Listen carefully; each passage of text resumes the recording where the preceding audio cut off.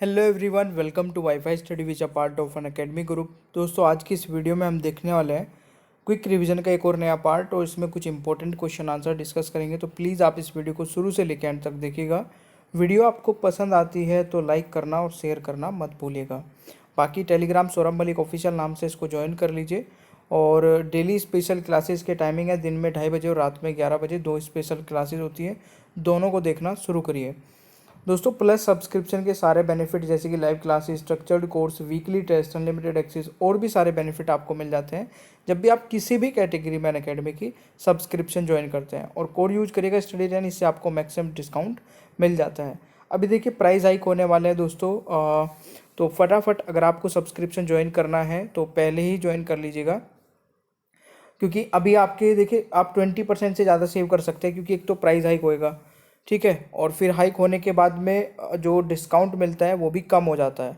तो आप लोग ज़्यादा अभी सेव कर सकते हैं। बाकी एसएससी एश्योर प्लस सेव 20%, ये ऑफ़र भी लिमिटेड ऑफ़र है, इसमें भी आप लोग एनरोल कर सकते हैं। महासंग्राम बैच और सफलता बैच 18 मई से स्टार्ट हो चुके हैं, मतलब इनमें भी आप लोग एनरोल कर सकते हैं। बाकी दोस्तों, आइकॉनिक सब्सक्रिप्शन में भी आप लोग स्टडी एंड कोड के साथ में ज्वाइन करिएगा। आइकॉनिक के फीचर है priority in doubt solving, priority in live classes, बाकी आप डिटेल में पढ़ सकते हैं। दोस्तों, ये सारी test series free of cost है एसएससी कैटेगरी में, आप ये सारी देख सकते हैं और रेज हैंड करके आप लाइव क्लास में अपना डाउट क्लियर कर सकते हैं। अनअकैडमी से आप अपने सारे डाउट पूछ सकते हैं। तो चलिए शुरू करते हैं आज की वीडियो को, प्लीज़ पूरा एंड तक देखिएगा। दोस्तों, आज की वीडियो का पहला क्वेश्चन है, नियो माल्थेसियन थ्योरी निम्नलिखित में से किससे संबंधित है? तो नियो माल्थेसियन थ्योरी किससे संबंधित है मेरे प्यारे दोस्तों? ये संबंधित है संसाधन की कमी यानी कि रिसोर्सेज स्केर्सिटी से संबंधित है, ठीक है ना। तो इस क्वेश्चन का राइट आंसर आपका ऑप्शन सी हो जाएगा, ठीक है।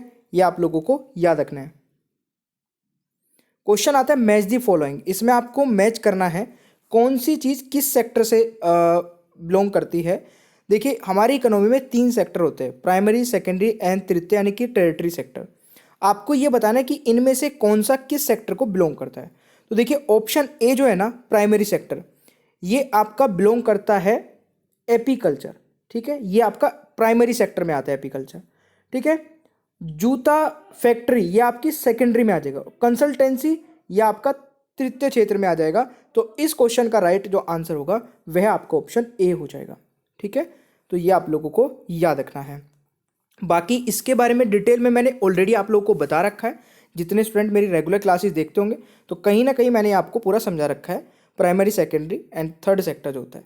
भारतीय संविधान में कितने मौलिक कर्तव्यों का उल्लेख है?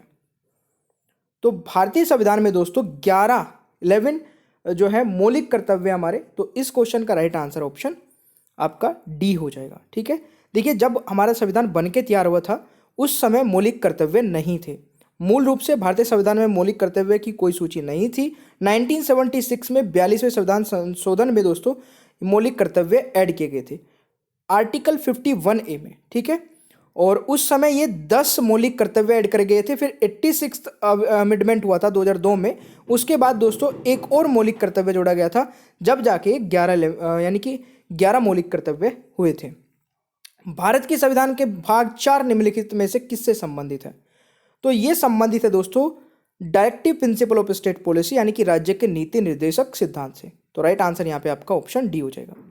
चलिए, अगला क्वेश्चन क्या कहता है, वेदों की ओर लौटो, वेदों की ओर लौटो का नारा किसने दिया था? तो वेदों की ओर लौटो का जो नारा है दोस्तों, ये दयानंद सरस्वती ने दिया था। तो right answer is option B, ये आप लोगों को याद रखना है। अगला क्वेश्चन है, टोडरमल किस मुगल सम्राट के प्रसिद्ध राजस्व मंत्री थे? टोडरमल किस मुगल सम्राट के प्रसिद्ध राजस्व मंत्री थे? तो इस क्वेश्चन का दोस्तों राइट आंसर हो जाएगा अकबर, यानी कि यहां पर राइट आंसर ऑप्शन सी होने वाला है। अगला क्वेश्चन क्या है कि गुरुत्वाकर्षण बल निम्न में से किस स्थान पर अधिकतम होता है? ठीक है, gravitational force is maximum eight which of the following places? तो ये दोस्तों पोल यानी कि ध्रुव पे सबसे अधिक होता है। तो यहां पर राइट आंसर आपका ऑप्शन डी बन जाएगा। क्वेश्चन है, निम्नलिखित में से किस उपकरण का उपयोग आर्द्रता मापने के लिए किया जाता है? तो which of the following device is used to measure humidity?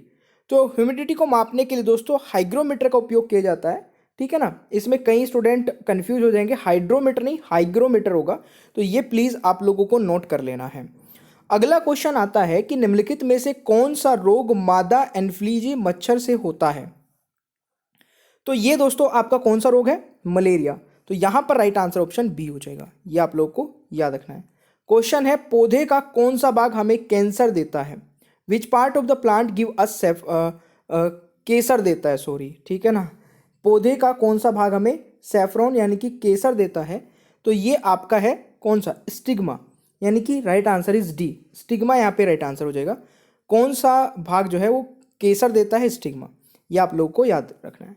निम्नलिखित में से कौन पौधे की जड़ों से पत्तियों तक जल का परिवहन करता है। तो निम्नलिखित में से कौन पौधे की जड़ों से पत्तियों तक जल का परिवहन करता है, जाइलम यहाँ पर राइट आंसर हो जाएगा, ये आप लोगों को याद रखना है।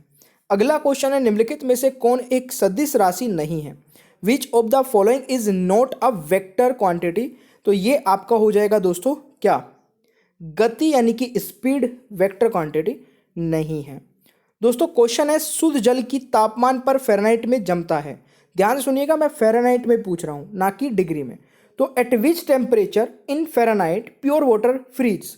तो ये 32 फ़ारेनहाइट पर दोस्तों फ्रीज होता है, ठीक है। अगर बात कीजिए डिग्री में, तो ये आपका कितने डिग्री पर, 0 डिग्री पर जमता है।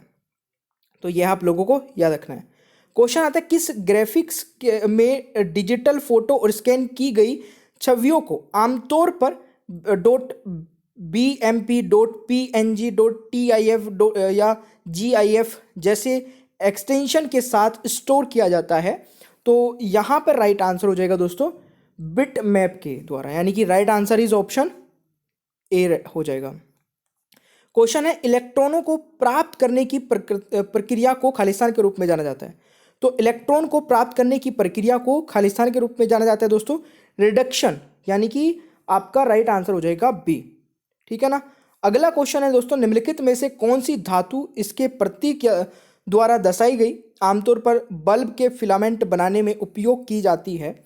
तो देखिए यहाँ पर अगर मैं बात करूँ दोस्तों, बल्ब के फिलामेंट में यूज की जाती है कौन सी, ये हो जाएगा आपका टंगस्टन, ठीक है। टंगस्टन को दोस्तों W से यहाँ पे सिंबॉलिक है, और अगर मैं यहाँ पे बात करूँ एटॉमिक नंबर की, तो टंगस्टन का एटॉमिक नंबर दोस्तों 74 होता है। तो यह भी आप लोग याद रखेगा। अगला क्वेश्चन है निम्नलिखित में से कौन सा पेड़ साल के एक बार अपने पत्ते गिराता है। तो ये आपका क्या है, बिल्कुल सही है, डिसियस ट्री, यानी कि right answer is option A, ये रखेगा याद।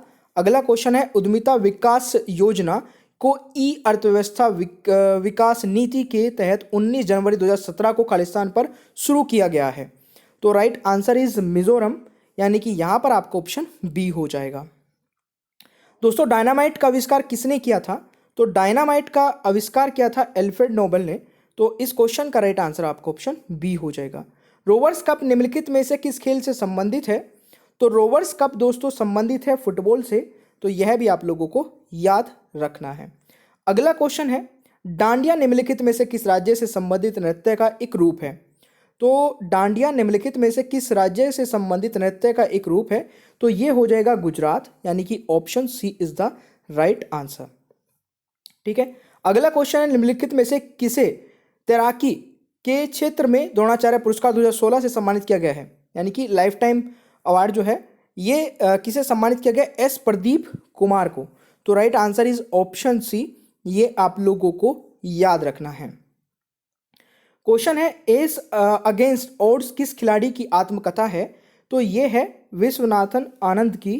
तो यहाँ पर राइट आंसर आपका ऑप्शन ए हो जाएगा। क्वेश्चन है किस देश के साथ नई साझेदारी के ढांचे के तहत विक्टोरिया विश्वविद्यालय भारत को एक राष्ट्रीय खेल विश्वविद्यालय स्थापित करने में मदद करेगा। तो यह आपका साइना मिर्जा हो जाएगी, सॉरी कौन सा देश करेगा। तो ये आपका ऑस्ट्रेलिया हो जाएगा, ठीक है ना, सॉरी यहाँ पे देश पूछा गया था। तो किस देश के साथ नई साझेदारी ढांचे के तहत विक्टोरिया विश्वविद्यालय भारत का एक राष्ट्रीय खेल विश्वविद्यालय स्थापित करने की में मदद करेगा। तो Australia is the right answer, ठीक है। चलिए भाई क्वेश्चन है आपका भारत ने किस देश के साथ अपने सीमा मानचित्र का आदान प्रदान किया? तो ये दोस्तों किया है बांग्लादेश ने। तो ये भी आप लोगों को याद रखना है। देखिए सेशन पसंद आता है प्लीज़ लाइक कर दिया करें, और मेरी सभी वीडियोस के लिंक और पीडीएफ लेने के लिए और 5000 पूरे क्वेश्चन कवर करने के लिए टेलीग्राम को ज्वाइन कर लेना। टेलीग्राम का नाम है सौरभ मलिक ऑफिशियल, उसको ज्वाइन कर लोगे, वहाँ पे आपको सब कुछ अपडेट मिल जाएगा। चलिए मिलते हैं नेक्स्ट क्लास में। और देखिए गाइज, एक बहुत ही अच्छा फीचर जो कि अनअकैडमी पर आपको मिल जाता है, जहाँ पे आप रिपोर्ट कर सकते हैं कोई भी inappropriate content in the video. मतलब वीडियो में आपको कुछ भी ऐसा लगता है जो कि स्टडी से रिलेटेड नहीं था, तो आप उसको रिपोर्ट करके अपना प्राइज़ विन कर सकते हैं। ठीक है, नीचे ही डिस्क्रिप्शन बॉक्स में आपको एक फॉर्म मिल जाएगा जिसमें आप ये चीज़ें भेज के, और जो सबसे पहले भेजेगा उसको प्राइज़ मिलेगा। ठीक है, बाकी thank you so much guys, channel को सब्सक्राइब कर लीजिएगा, पीडीएफ भी आप डाउनलोड कर सकते हैं, बेल आइकन को ऑन रखिए और वीडियो को लाइक और शेयर करना भूलिएगा मत। ठीक है, और देखिए अनअकैडमी पर मेरी 2 स्पेशल क्लासेस हो रही है, इसके बारे में मैं बता देता हूँ। एक तो दिन में होती है दोस्तों 2:30 बजे, ठीक है, और एक होती है रात को 11 बजे। दोनों ही इंपॉर्टेंट हैं, और दोनों क्लासेस को आप कैसे देख पाओगे, नीचे डिस्क्रिप्शन बॉक्स में मेरी प्रोफाइल का लिंक आपको मिल जाएगा, अनअकैडमी प्रोफाइल का लिंक, उस पर क्लिक करना है, फॉलो कर लेना है, और फॉलो करते ही आपके पास नोटिफिकेशंस आने स्टार्ट हो जाएंगे। ठीक है, तो चलिए मिलते हैं नेक्स्ट क्लास में। Thank you so much.